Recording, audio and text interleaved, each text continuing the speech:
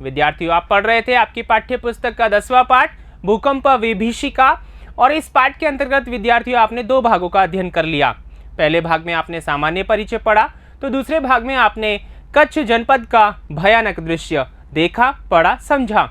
और इसी क्रम में विद्यार्थियों हम लेकर प्रस्तुत है यहाँ भाग संख्या 3, भूकंप विशेषज्ञानां मतम, अर्थात भूकंप विशेषज्ञों का मत। भूकंप विशेषज्ञ क्या कहते हैं भूकंप के विषय में, ये सब हम यहाँ पर पढ़ने वाले हैं।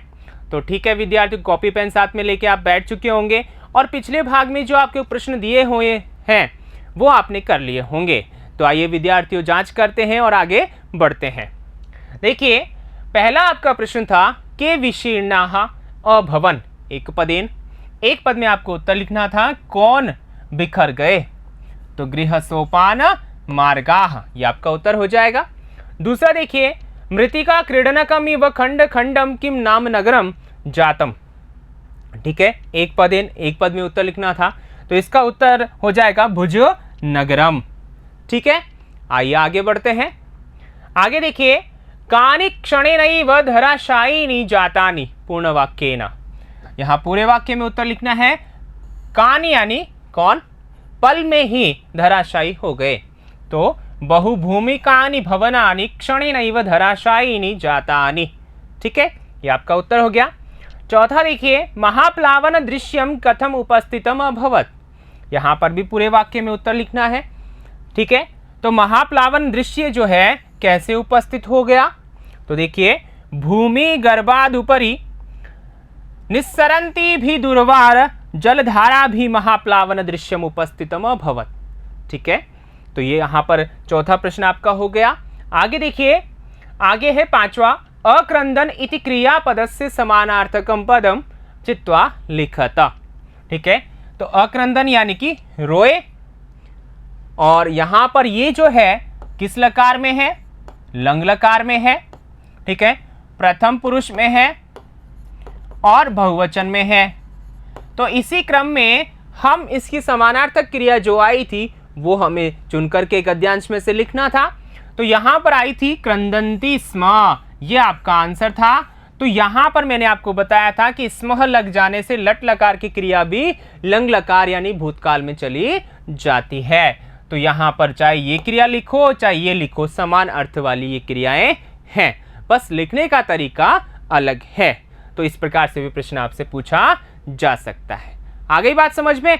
तो आइए आगे बढ़ते हैं। हमारी पाठ्य वस्तु जो है, हमारी पाठ्य वस्तु इस प्रकार है, आइए वाचन करते हैं। इयम आसीत भैरव विभीषिका कच्च भूकंपस्य पंचोत्तर द्विसहस्र ख्रीष्टाब्दे 2005 ईस्वीय वर्षे अपि कश्मीर प्रान्ते पाकिस्तान देशे च धरायाः महत् कंपनं जातम्। यस्मात् कारणात् लक्ष्य परिमिताः जनाः अकाल काल कवलिताः। पृथिवी कस्मात् प्रकम्पते? वैज्ञानिका इति विषये कथयन्ति यत् पृथिव्या अंतर्गर्भे विद्यमानाः बृहत्यः पाषाणशिलाः यदा संघर्षणवशात् त्रुट्यन्ति तदा जायते भीषणं संस्खलनम्। संस्खलनजन्यं कंपनं च तदैव भयावह कंपनं धरायाः उपरितलम् आगत्य महाकंपनं जनयति येन महाविनाशदृश्यं समुत्पद्यते।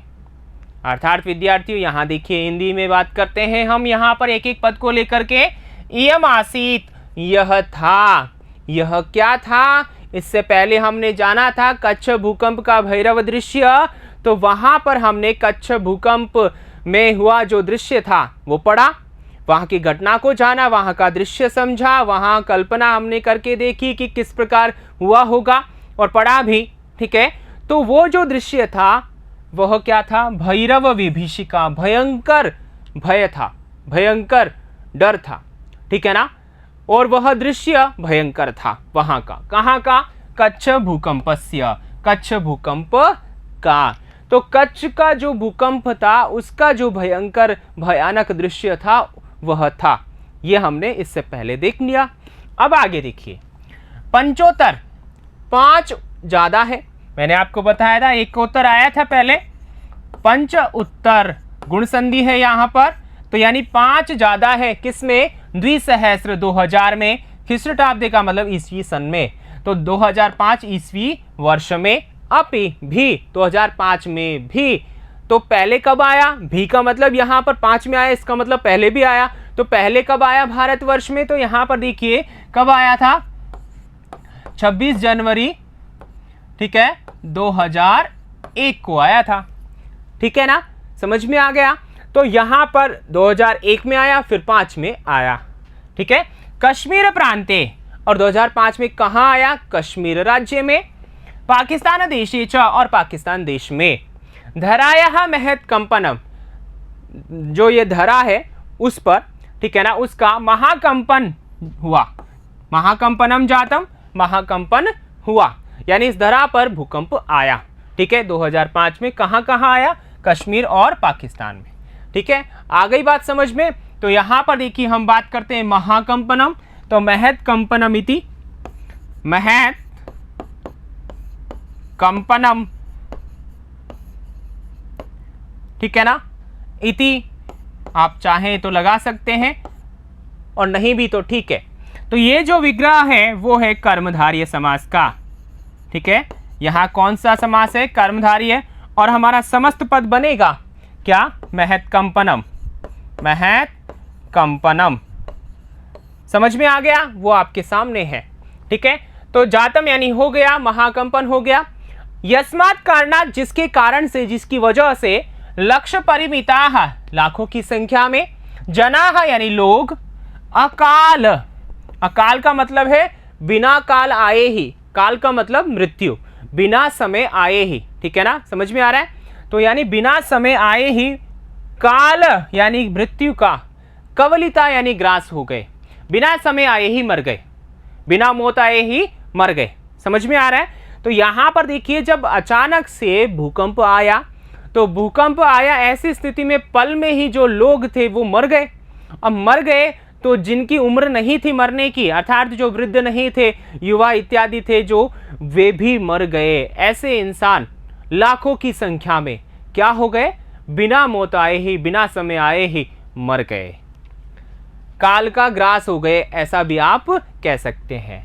ठीक है, पृथ्वी, पृथ्वी जो है हमारी, वह कस्मात् प्रकंपते, कैसे, किससे प्रकंपन होती है, या किस वजह से वह पृथ्वी पर कंपन होता है। ठीक है ना, वैज्ञानिका, वैज्ञानिक लोग, इति विषय, इस विषय में कि क्यों कंपन होता है या कैसे होता है, इस विषय में कथयन्ति कहते हैं क्या, यत् कि पृथिव्याः अंतर्गर्भे, पृथ्वी के अंतर्गर्भ में, पृथ्वी के अंदर, विद्यमानाः, विद्यमान, उपस्थित, बृहत्य बड़ी, पाषाण शिलाः, पत्थर की शिलाएं।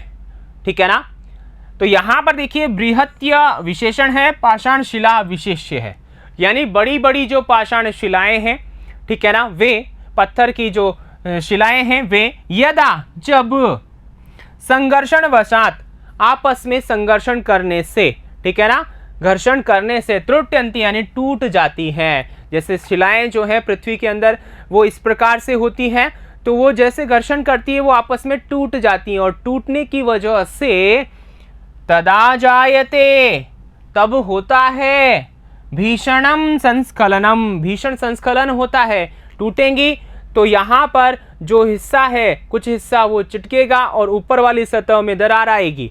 ठीक है ना, जैसा कि यहाँ पर देखिए हम बात करते हैं, यहाँ दृश्य किस प्रकार समझेंगे हम, यहाँ दृश्य इस प्रकार समझेंगे कि यहाँ देखिए ये आपकी क्या है, पृथ्वी की सतह है। ठीक है ना, और यहाँ इसके नीचे प्लेटें हैं, क्या हैं, प्लेटें, प्लेटें का मतलब यहाँ पर परतें हैं, वो भी कैसी, पाषाण शिला की। ठीक है ना, तो ये जो प्लेटें होती हैं वो आपस में क्या करती हैं, घर्षण करती है, एक दूसरे से घर्षण करती है, मिलती है, और मिलती है तो मिलने से कभी कभी घर्षण इतना तेज होता है कि क्या होता है कि ये टूट जाती हैं यहाँ से, जैसे ही टूटेंगी। ठीक है ना, तो क्या होगा कि यहाँ का पृथ्वी का हिस्सा नीचे धंसेगा और यहाँ से जो नीचे कुछ भी पदार्थ होगा वो बाहर भी निकल सकता है यदि तापमान उच्च हुआ, ज़्यादा हुआ तो, और नहीं तो फिर ऐसी स्थिति में जब ये सतह जो है नीचे खिसकेगी तो कंपन तो होगा ही होगा। आ रही है बात समझ में? तो ऐसी स्थिति में जो कंपन होगा, ठीक है, संस्कलन होगा और संस्कलन से उत्पन्न होगा कंपन। ठीक है, समझ में आ रही है? तो संस्कलन जन्यम कंपनंच, और उस संस्कलन से, उस टूटने से, शिलाओं के नीचे धंसने से क्या होगा? कंपन उत्पन्न होगा। तदैव, उसी समय ही भयावह कंपनम, भयंकर जो कंपन है वह धरायाः उपरितलम आगत्य, पृथ्वी के ऊपरी हिस्से पर आकर के, सतह पर आकर के, यहाँ पर आकर के वह कंपन, क्योंकि वह शिलाएं नीचे टूट रही है ना, तो ऐसी स्थिति में वह कंपन धरती पर आकर के महाकंपनम जनयति, महान कंपन को उत्पन्न करता है। ठीक है, महाकंपन को उत्पन्न करता है। ये ना, जिससे महाविनाश दृश्यम समुत्पद्यते, जिससे महान दृश्य उत्पन्न होता है। ठीक है, तो यहाँ पर हमने क्या देखा विद्यार्थियों? यहाँ हमने देखा कि जो 2005 ईस्वी वर्ष है उसमें भी कश्मीर और पाकिस्तान में महाकंपन हुआ, यानी भूकंप आया, और जिसकी वजह से लाखों लोग जो हैं वो मर गए, बिना समय आए ही मौत का क्या बन गए? ग्रास बन गए। और पृथ्वी पर कंपन कैसे होता है, ऐसे विषय पर वैज्ञानिकों का मत है कि पृथ्वी के अंदर जो विद्यमान बड़ी बड़ी शिलाएं हैं वो आपस में क्या करती हैं? टकराती हैं, घर्षण होता है और टकराने से टूटती हैं, टूटने से जो है स्खलन होता है, उनका टूटना। ठीक है ना, तो और स्खलन के कारण, ठीक है ना, उनके धंसने के कारण क्या होता है? कंपन होता है, और वही कंपन जब धरा की सतह पर आ जाता है तो महाकंपन होता है। महाकंपन का जो दृश्य है वह क्या उत्पन्न हो जाता है, और उत्पन्न होता है तो उससे महाविनाश का दृश्य उत्पन्न हो जाता है। आगे बात समझ में विद्यार्थियों? तो आइए आगे चलते हैं इसी के साथ में शब्दार्थों के पास। शब्दार्थ हैं अकाल काल कवलिताः, अकाल, ठीक है, दिवंगताः, मृत्यु को प्राप्त हुए। यह अर्थ हुआ संघर्षण वसात परस्परम घट्टनात्, परस्पर घिसने से, संस्खलनम विचलनम, स्थान से हटना, ठीक है ना, धसना मतलब। फिर आगे है उपरितलम, ऊपरी भागम, ऊपर के भाग को, आगत्य, प्राप्य, आकर के या आकर, जनयति, उत्पन्नम करोति या उत्पादयति, उत्पन्न करती है। आगे देखिए अपने पास में विशेष संधि की बात करते हैं। कंपन्नं च, कंपन्नम धन च, ठीक है, परसवर्ण संधि है यहाँ पे। तदैव, तदा धन एव, वृद्धि, वृद्धि संधि है यहाँ पर। उपरितलम उपरितलम अप्यागत्य, उपरितलम अपि आगत्य, यहाँ पर देखिए संयोग है और यहाँ पर यण संधि है। ठीक है, आगे बात समझ में। आगे देखिए प्रत्यय, प्रत्यय की बात करते हैं तो आगत्य में आंग उपसर्ग है, गम धातु ल्यप प्रत्यय, जातम में जन धातु अक्त प्रत्यय है। आगे समास की बात करते हैं। महाकंपनम, मह च तत्कंपनम, महाकंपनम, कर्मधार्यः, कर्मधारय समास है। महाविनाश दृश्यम, महान विनाशः, महाविनाशः, तस्य दृश्यम, ठीक है, उसका दृश्य। तो यहाँ पर आप समझेंगे महाविनाशः, यहाँ तक जो है तत्पुरुष का जो भेद है कर्मधारय वो समास है, और उसके बाद में तस्य दृश्यम ये लगा देने से हमारा ये पद बनेगा, और तस्य दृश्यम यहाँ ये जो है ये षष्ठी तत्पुरुष का द्योतक है, यानी षष्ठी तत्पुरुष समास भी यहाँ पर हुआ है। आगे बात समझ में। तो आइए इसी के साथ आगे बढ़ते हैं हमारी जो अगला जो गद्यांश है पाठ्यवस्तु के रूप में वहाँ पर। तो देखिए आगे हम बात करते हैं, आइए वाचन करते हैं। ज्वालामुख पर्वतानां विस्फोटैरपि भूकंपो जायत इति कथयन्ति भूकंप विशेषज्ञाः। पृथिव्याः गर्भे विद्यमानो अग्निर्यदा खनिज मृत्तिका शिलादि संचयं क्वथयति तदा तत्सर्वमेव लावारसताम् उपेत्य दुर्वारगत्या धरां पर्वतं वा विदार्य बहिर्निष्क्रामति। धूम भस्मावृतं जायते तदा गगनं सेल्सियस तापमात्राया 8% लावारसो यदा नदी वेगेन प्रवहति तदा पार्श्वस्थ ग्रामाः नगराणि वा तदुदरे क्षणेनैव समाविशन्ति निहन्यन्ते च विवशाः प्राणिनः ज्वालामुद्गिरन्तः एते पर्वता अपि भीषणं भूकंपम जनयन्ति। आइए इसका अर्थ देखते हैं।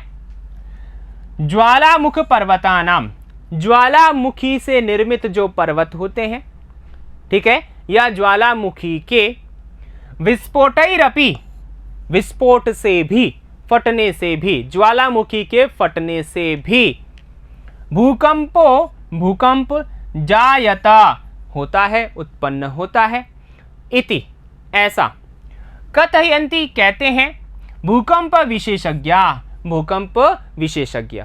भूकंप के जो विशेषज्ञ होते हैं वे क्या कहते हैं कि ज्वालामुखी से निर्मित पर्वत होते हैं, जब कभी जो ज्वालामुखी फटता है तो उस ज्वालामुखी के फटने से भी भूकंप उत्पन्न होता है, ऐसा कहते हैं। तो यहां पर देखिए भूकंपो जायते, तो इस पद को हम लेते हैं भूकंपो जायता और इति। यहां पहले हम देखेंगे भूकंपः जायता, ठीक है। यहां तो ये उत्व संधि हुई है, उत्व विसर्ग संधि हुई है, तो यहां पर ये स्थिति बन गई। फिर आगे हम बात करते हैं जायता, ठीक है ना, इति। तो इस पद को हम जब संधि विच्छेद करेंगे तो जायते इति, ठीक है, ऐसा होगा।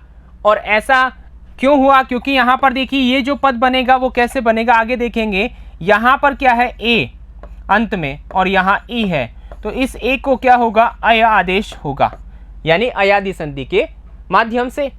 तो क्या बनेगा, जायत, ठीक है, और तो में अ य, और फिर आगे क्या है, इति, इस प्रकार। लेकिन यहाँ जो य है, यह जो है, इस य को क्या हो जाएगा, लोप हो जाएगा, यानी कि ये खत्म हो जाएगा, नष्ट हो जाएगा ये लोप संधि के माध्यम से। जब ये समाप्त हो गया तो हमारे पास ये वाली स्थिति आ जाएगी, जायत इति। आ गई बात समझ में, यानी कि अयादि संधि और ये लोप संधि, दो संधियां यहाँ पर हैं, और यहाँ पर केवल यहाँ पर हम उत्व विसर्ग संधि की बात करते हैं। आ गई बात समझ में। तो आइए आगे चलते हैं।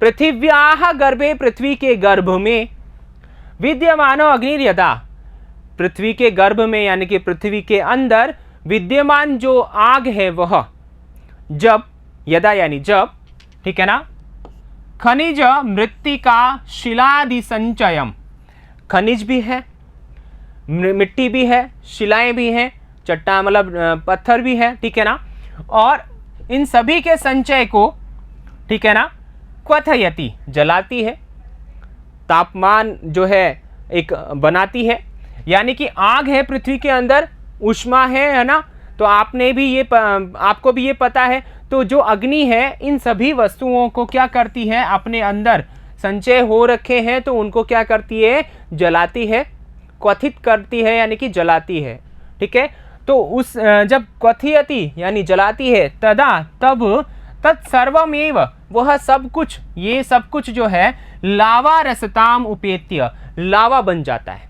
क्या बन जाता है, ये सारा का सारा लावा बन जाता है, उपेत्य यानी प्राप्त करके, लावा को प्राप्त करके, दुर्वार गत्याः यानी तेज गति से, धराम धरा को, पर्वतम वा या पर्वत हो, ठीक है, पृथ्वी हो, पृथ्वी की सतह हो या पर्वत हो, उन दोनों में से किसी को भी विदार्य यानी फाड़कर, विदार्य यानी कि फाड़कर, बहिर्निष्क्रामति बाहर निकलता है, बाहर निकलता है। कौन निकलता है, लावा रस बाहर निकलता है। और लावा कैसे बनता है विद्यार्थियों, आपने यहाँ पर देखा, यहाँ पर जो वैज्ञानिक कह रहे हैं, क्या कह रहे हैं कि ये जो आपकी पृथ्वी है इसके नीचे आपको खनिज भी मिलेगा, ठीक है ना, मिट्टी भी है, मिट्टी के साथ साथ पत्थर भी है, और इन सबको जो है, इन सभी को जो अग्नि है, पृथ्वी के अंदर वो क्या करती है, जलाती है।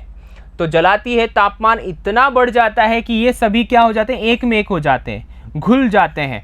क्या हो जाते हैं, घुल जाते हैं। और घुल करके क्या बनता है, लावा बनता है।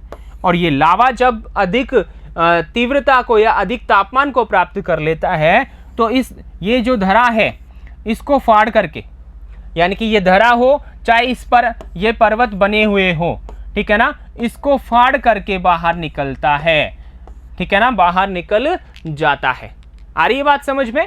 तो यहां पर देखिए जब ये बाहर निकलता है तो क्या स्थिति उत्पन्न होती है, धूम भस्मावृतम जायते, ठीक है ना। धूम यानी कि जो है धुआं, उससे भस्म यानी कि जो राख है, ठीक है, उससे आवृतम यानी कि ढक जाता है। क्या, जायते यानी हो जाता है, आवृत हो जाता है, आवृत, ठीक है। तदा यानी तब, गगनम यानी आकाश, आकाश ढक जाता है, धुएं से युक्त हो जाता है, ठीक है ना। यानी कि राख ही राख और धुआं जो है आसमान में छा जाते हैं, ऐसा आसमान हो जाता है, ठीक है। सेल्सियस ताप मात्राया, सेल्सियस जो तापमात्रा होती है, डिग्री होती है, सेल्सियस डिग्री जो होती है उसकी मात्रा 8 शतांकताम उपगतोयम। 8 यानी 8, शतांक यानी 100, यानी कि 800 डिग्री की बात करें तो 800 डिग्री पर जब यह पहुंच जाता है तो लावा रसो यदा, ठीक है, तब पहुंच जाता है तो जो वो लावा है वह नदी वेगेन, नदी में जिस प्रकार जल बहता है उस वेग से, जैसे नदी बहती है तेज, ठीक है ना, उस नदी के वेग से प्रवहती बहता है। तदा तब पार्श्वस्थ ग्रामा, पास में स्थित गांव, नगराणी वा या नगर, तद उधरे उसके कोख में, उसके पेट में, किसके पेट में, लावा रसो, उस लावा रस के पेट में क्षणे नैव, पल में ही समाविशंति, समाविष्ट हो जाते हैं, प्रवेश कर जाते हैं, ठीक है। क्या पढ़ा हमने यहाँ पर, देखिए कि लावा जो है इस डिग्री पर जब उबलने लगता है तो वह नदी के वेग से बहने लगता है।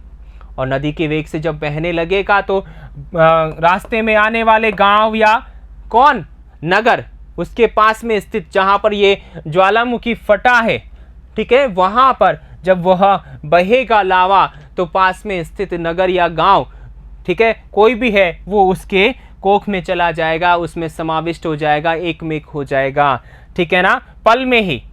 और क्या होगा, निहन्यन्ते, और मारे जाते हैं, च यानी और मारे जाते हैं, विवशाह, विवश लाचार, बेचारे, प्राणिनः, प्राणी यानी मानव, जो लाचार प्राणी होते हैं वह पल में ही, यूं ही बेकार में ही मारे जाते हैं। तो यहां पर देखिए विवशाह प्राणिनः, विवशा या विशेषण है और प्राणिनः विशेष्य है।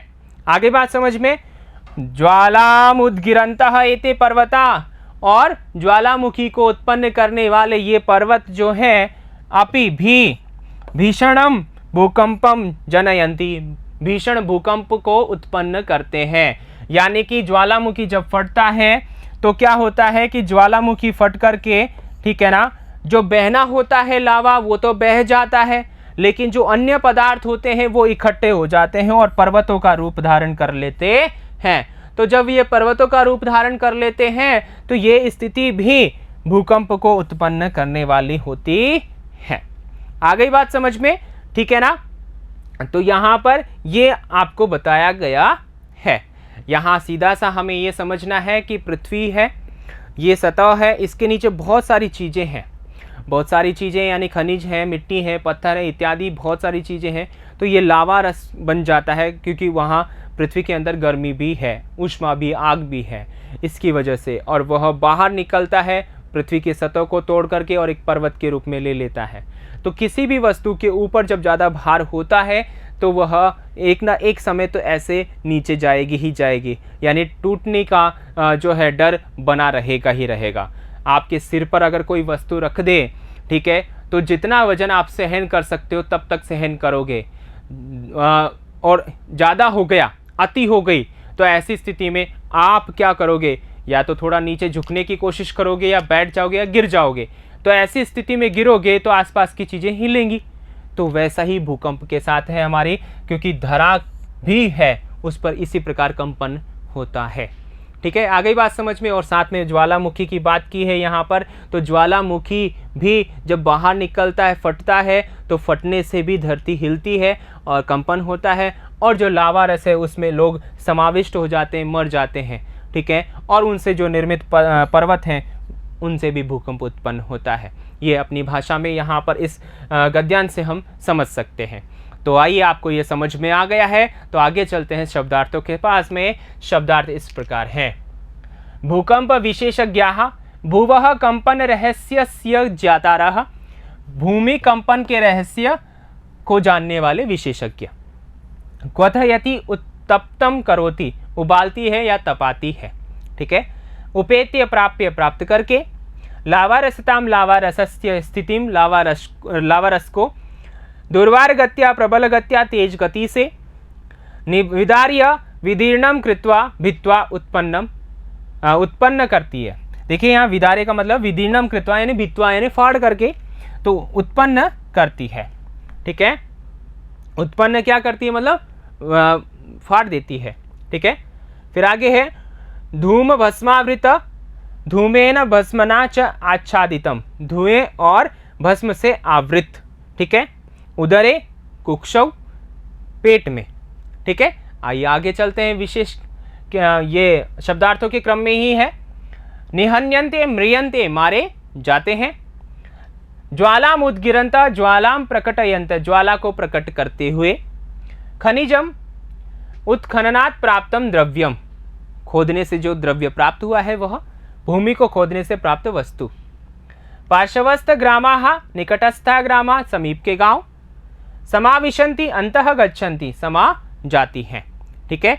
आइए आगे चलते हैं विशेष की ओर। विशेष है आपके पास में विस्फोटैरपि, विस्फोटैः धन अपि, रुत्व संधि है। जायत इति, जायते इति अयादि संधि और यलोप संधि है। फिर है बहिर् निष्क्रामति, बहि निष्क्रामति, विसर्ग संधि है यहाँ पर। विसर्ग में यहाँ पर ऋतु संधि है, ठीक है ना। विसर्ग में कौन सी संधि है, ऋत्वम। फिर आगे देखिए उपगतो अयम, उपगतः अयम, उत्व संधि है, विसर्ग का भाग है। पर्वता अपि, पर्वताः अपि, विसर्ग लोप संधि है, यहाँ विसर्ग हुआ है, ठीक है, यानी कि यहाँ जो विसर्ग था उसका लोप हो गया है। क्षणेनैव, क्षणेन एव, वृद्धि संधि है। प्रत्यय की बात करते हैं। उपेत्य, उप उपसर्ग है, इण धातु है, ल्यप प्रत्यय। विदार्य, वि उपसर्ग, द्रि धातु, ल्यप प्रत्यय। उद्गिरंतः, उत उपसर्ग, गृ धातु, क्षत्रि प्रत्यय है। आगे देखिए समासः, समास की बात करते हैं। पार्श्वस्थ ग्रामाः, पार्श्वस्थः ग्रामाः, कर्मधारयः। दुर्वारगत्या, दुर्वारा गतिः, दुर्वार गतिः, तो कर्मधारी यहाँ है, जो तेज गति है, ठीक है। लेकिन यहाँ तया तृतीया है, तो ये क्योंकि यहाँ हमारे पद में तृतीया दे रखी है, तो तया से दुर्वार गत्या बन जाएगा, अर्थात तृतीया तत्पुरुष समास भी यहाँ पर है। भूकंप विशेषज्ञ, भूकंपस्य विशेषज्ञ, भूकंप विशेषज्ञः षष्ठी तत्पुरुष समास है, ठीक है। आइए आगे चलते हैं। आगे देखिए मूल्यांकन प्रश्न, जो आपने यहाँ पर 2 गद्यांश पढ़े हैं आपके पाठ्य पुस्तक के, आपके पाठ में दिए गए, तो वहाँ पर हमने जो ये प्रश्न रखे हैं वो अधिकतर प्रश्न दूसरे गद्यांश से रखे गए हैं।